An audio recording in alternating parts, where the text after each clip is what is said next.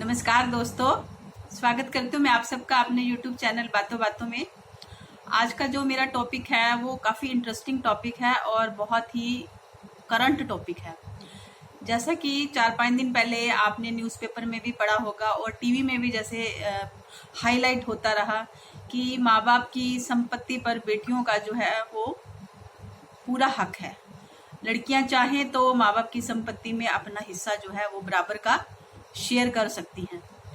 तो दोस्तों, ये उन बेटियों के लिए बहुत ही राहत भरी खबर है जो बेटियां अपने ससुराल में अपनी लाइफ में प्रॉब्लम देख रही हैं या उनको इकोनॉमिकली जो है प्रॉब्लम हो रही है, वो अपने बच्चों की पढ़ाई की तरफ या अपने घर की तरफ जो है पैसे की वजह से प्रॉपर जो है ध्यान नहीं दे पा रही हैं।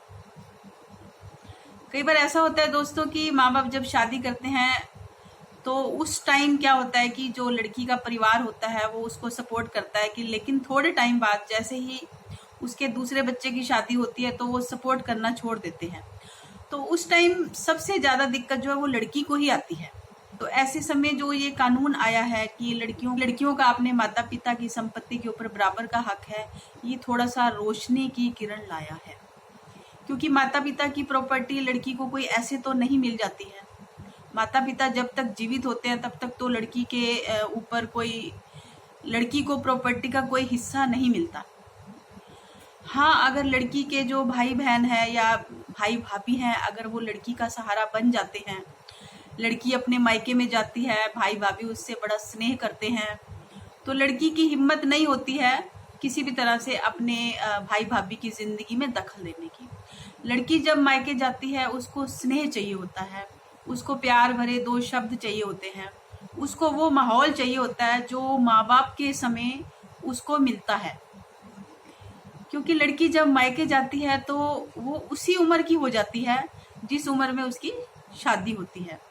उसको अपना बचपना, अपने बचपन से जुड़ी हुई सारी की सारी यादें जो है मायके में ही जाके ताजा होती हैं। ससुराल में तो एक जिम्मेदारी होती है जिससे जूझती हुई वो अपनी लाइफ को जो है बसर करती है, लेकिन मायके जाके उसको जो सुकून मिलता है वो सुकून तब तक कायम रहता है जब तक कि माँ बाप के बाद उसके भाई भाभी जो है उसके साथ अच्छा व्यवहार नहीं करते।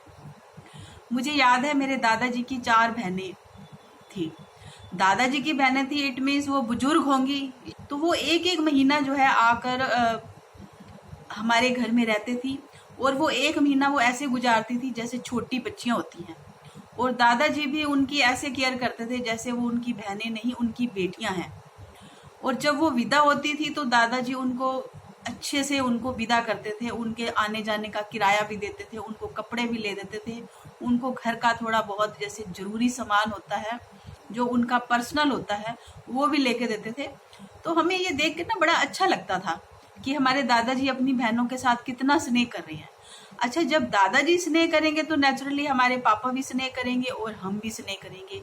क्योंकि जब घर का बड़ा बुजुर्ग अपनी बेटियों से, अपने बहनों से स्नेह करता है तो जो उनकी औलाद होती है या जो उनके बच्चे होते हैं, किसी की हिम्मत नहीं होती कि वो इस काम में या इस काम के लिए वो रोड़ा बने। वो तो हमारे दादाजी की बहनों का जिक्र हुआ। मैं खुद, मेरी फूफी सास, मेरे ससुर की बहन, वो मतलब हमारे पिताजी के पास तो आती ही थी, वो हमारे पास आते थे तो 10-10 दिन, 15-15 दिन वो ऐसे लगा के जाते थे जैसे भी ये उनका अपना मायका है। उनके हमारे घर में आने के बाद सिर्फ हम उनके हिसाब से चलते थे। जो सब्जी उनको पसंद होती थी, जो टीवी का सीरियल उनको पसंद होता था, जब उन्होंने सैर करनी है, जब उन्होंने खाना है, जब उनको कुछ भी बाजार जाना है, हम उनकी हर इच्छा को पूरा करते थे। तो उनको बड़ा प्राउड फील होता था कि मैं अपने माँ बाप के घर में भी अच्छे से रही हूँ, अपने भाई भाभी के पास भी अच्छे से रही हूँ, अब मेरा भतीजा भतीजी जो है वो भी बड़े अच्छे से मेरी केयर करते हैं।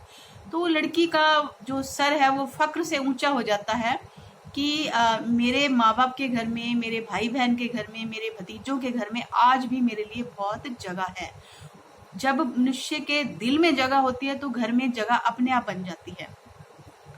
तो दोस्तों, जिनको ऐसे भाई बहन मिले होते हैं या ऐसे माँ बाप मिले होते हैं या ऐसे भतीजे मिले होते हैं, उनको शायद माँ बाप की संपत्ति में कोई हिस्सा नहीं चाहिए होता। लेकिन कुछ माँ बाप या कुछ भाई बहन ऐसे होते हैं कि जो लड़की की शादी करके अपनी जिम्मेदारी से मुक्त हो जाते हैं, वो पलट कर नहीं देखते कि उनकी बेटी किस हाल में है, उसको कोई दुख तकलीफ तो नहीं है। तो उसके लिए दोस्तों ये कानून बहुत अच्छा है। लड़की चाहे तो अपना हक जो है वो मांग सकती है।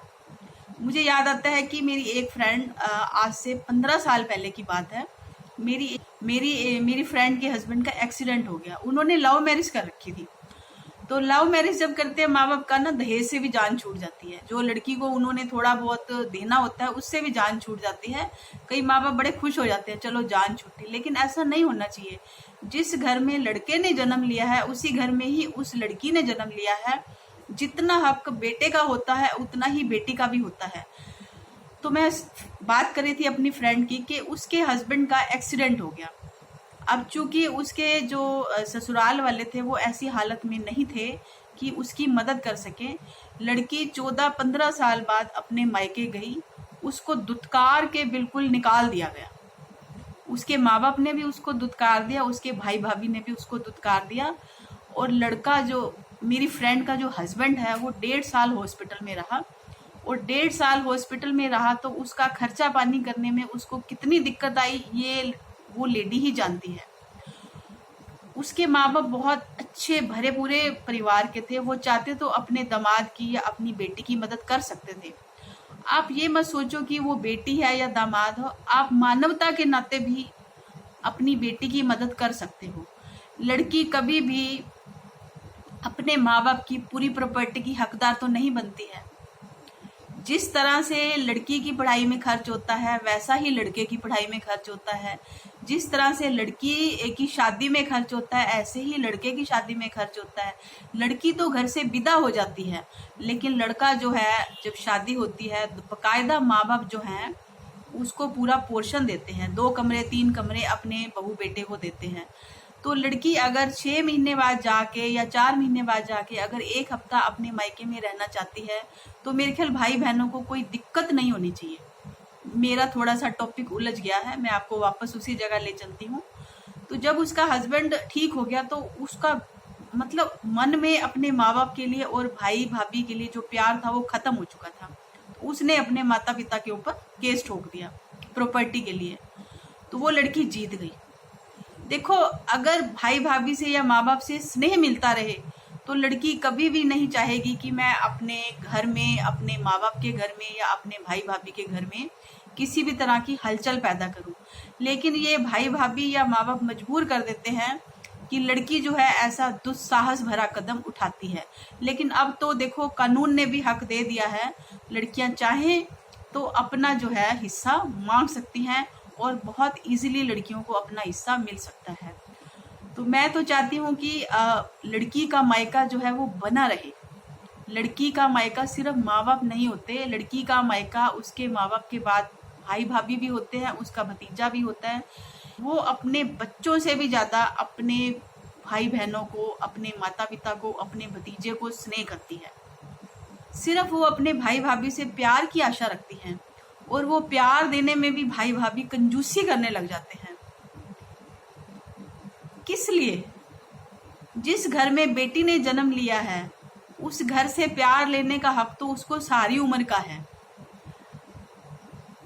तो दोस्तों, माँ बाप को चाहिए वो अपनी बेटी से बहुत प्यार करें, उसके दुख सुख में उसका साथ दें। भाई भाभी को भी चाहिए कि वो अपनी बहनों को उतना ही स्नेह दें, अपने दामादों को उतना ही आदर दें जितना आदर वो अपने ससुराल में पाना चाहते हैं। माँ बाप का जो प्यार होता है वो पैसे से तो पूरा नहीं हो सकता, लेकिन अगर कानून बन गया है, अगर माँ बाप जो है अपनी बेटी को स्नेह भी नहीं देते हैं तो फिर संपत्ति का हकदार बना लो। तो मैं स्वागत करती हूँ सरकार के इस फैसले का। मिलते हैं नए विषय पर अगले वीडियो में। तब तक के लिए टेक केयर, बाय बाय।